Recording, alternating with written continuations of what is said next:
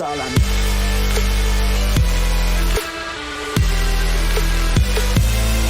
I'll make it. Yeah, that's all I need.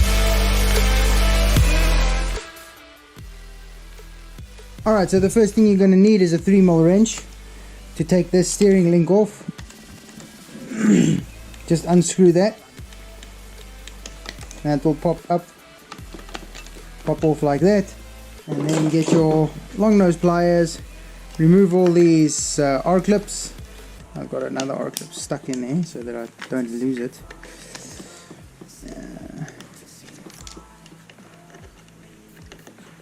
Okay. And then you're gonna take off your throttle servo horn. Don't lose the screw. Just put it somewhere safe. Or put it back in the servo. Okay, so now this whole box will move. Thank you so much for watching, and always remember to remove your battery box before you wash down your car.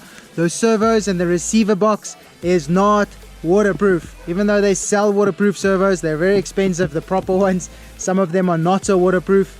It's just better to remove it, and then you can blast the car all you want and put it back when your car is dry. See you guys in the next one.